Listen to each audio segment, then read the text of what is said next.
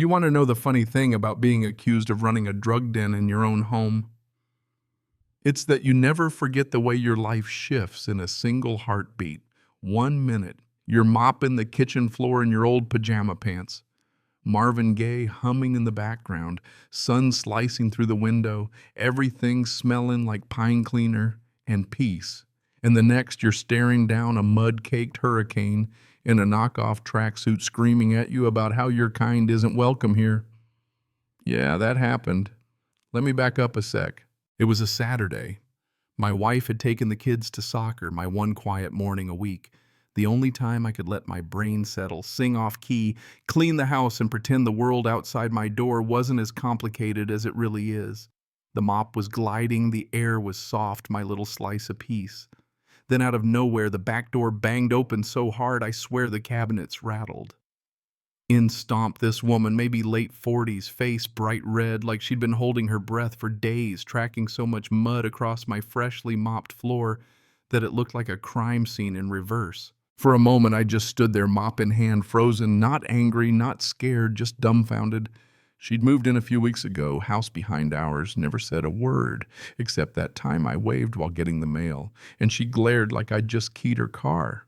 I figured she was the keep to herself type, not my business. But now here she was, hands on her hips, nostrils flaring, barking the line that still echoes in my head. I don't know what drug den you're running, but you and your kind aren't welcome in this neighborhood. Pack your bags and get out before I make you. It wasn't just the words, it was the way she spit them like she'd rehearsed it in front of the mirror, convinced she was the hero in some neighborhood drama.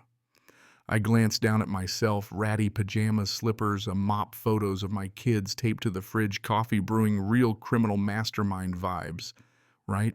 I just looked at her and said, "Ma'am, you're tracking mud all over my floor." Her face got even redder, if that was possible.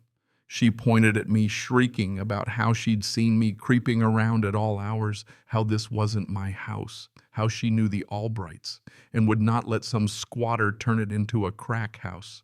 It was theater, all right. She'd missed the neighborhood newsletter announcing the Albrights had sold this place to us, a black family, 6 months ago and moved to Florida. But what really got me wasn't just her ignorance. It was how quick and easy it was for her to invent a whole story out of nothing just because of who she saw standing in that kitchen. I tried to reason with her, kept my voice low. "Calm," said, "ma'am. This is my house. My family and I bought it from the Albrights." Didn't matter. She whipped out her phone, stabbing at the screen, told me she was calling the police and that I'd be dragged out in cuffs. And then she did it. She called 911, put it on speaker, and started spinning this wild tale for the dispatcher, crying, screaming that a large, aggressive black man was squatting in her neighbor's house and threatening her. Every word was a lie, and every word was dangerous. She was playing on every fear, every stereotype, weaponizing my existence against me. I remember standing there not moving, not daring to breathe too fast, because when someone decides you're a threat just for standing in your own kitchen, every little thing you do can become a headline or worse. The dispatcher asked if I was armed. She shrieked. She didn't know, clutched her chest, played the victim for all she was worth. I knew how this was going to go, and I hated that I knew. I hated that in my own home I had to worry about how I moved, how I spoke, had to perform calm for the benefit of people who would show up ready for war. The sirens came quick, faster than I wanted, louder than I remembered. When those patrol cars pulled up, lights painting the neighborhood red and blue, I felt every eye on our street turn this way. 2 officers came in. One I recognized, Miller, a rookie I'd mentored at the precinct. The other, Davies, a little older, didn't know me. The woman immediately pointed at me, tears streaming, voice shaking. "That's him." He broke in. "He's been squatting here for weeks." They told me to put my hands up. I did, slow, careful palms out. I tried to speak. "Officers, there's been a misunderstanding." Miller's hand was already on his holster. Davies barking at me to turn around, the woman screaming, See how aggressive he is." My heart was pounding, my mind spinning, every instinct telling me to keep it together. Then I saw a chance. I looked Miller in the eye, dropped my voice so only he would really hear. "Officer Miller, who is the chief of police in this city." His eyes widened. Then he really looked at me. Davies's head snapped up. "Chief Henderson," I let my hands down. "That's me. And you're all standing in my kitchen. Now would someone like to tell me what the hell is going on?" You could have heard a pin drop. Patricia, yeah, that was her name, I learned later, went pale as a ghost. Miller and Davies looked like they were going to be sick. I told them to take her details, file a full report, escort her off my property, and to leave the decision about pressing charges to me. I wanted it over. I wanted my family to feel safe. I wanted my house to feel like home again. But I should have known better, because that wasn't the end. Not by a long shot. Patricia, humiliated but not defeated, started a whisper campaign on the neighborhood social group, hinting at disturbing incidents, talking up how I used my position to silence her. Soon a local blogger picked it up. Suddenly, I was the one under suspicion. The mayor called, said he'd have to open an investigation, place me on administrative leave. My career, my name, all the things I'd built hanging by a thread because of one person's lies. If you've never been on admin leave, let me tell you, it's not a vacation, it's a cage. The gossip, the stares, the feeling that everyone you meet is wondering if the rumors are true. My wife, my kids, they bore the weight with me. But I knew I couldn't let Patricia win. That's when I decided to fight back.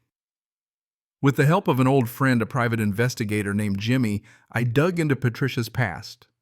Turns out this wasn't her first neighborhood rodeo. She'd run an HOA like a fiefdom in her old town, bullied folks, cooked the books, resigned just before a financial audit that could have landed her in jail. And her new job, admin at a company with a big city contract run by a guy who went to the same charity dinners as our mayor. Piece by piece it came together. She wasn't just a bigot, she was protecting something bigger. She needed me out of the way to keep her scams safe. The more I dug, the more I found kickbacks, fake invoices, money laundering, city officials on the take. The smoking gun came from Gerald, a nervous finance guy at Patricia's company caught in a messy divorce, terrified for his own skin. He handed me a thumb drive full of emails, bank records, evidence of millions skimmed from city contracts. I didn't go to the news, I went straight to the feds. That weekend, our neighborhood block party became ground zero for the truth. I stood in front of my neighbor's megaphone in hand and told them everything. Patricia tried to scream it was all lies, but as the FBI cars pulled up and agents walked her away in cuffs, the story was over. The lie had been exposed for what it was. The crowd gasped. People stepped away from her.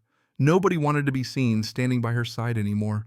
It took months to untangle the rest, but eventually the CEO, the city manager, all the guilty players went down. Patricia refused to plead, tried to play the victim, but the jury didn't buy it. She got 10 years. Gerald got a deal. And me, I got my job back. My name cleared my neighbor's respect, but more than that, I got my home back. That kitchen, that floor, the dust and the sunlight, mine again. You know, people ask if I regret not pressing charges that first day. If being the bigger man just let her come after me harder. Maybe.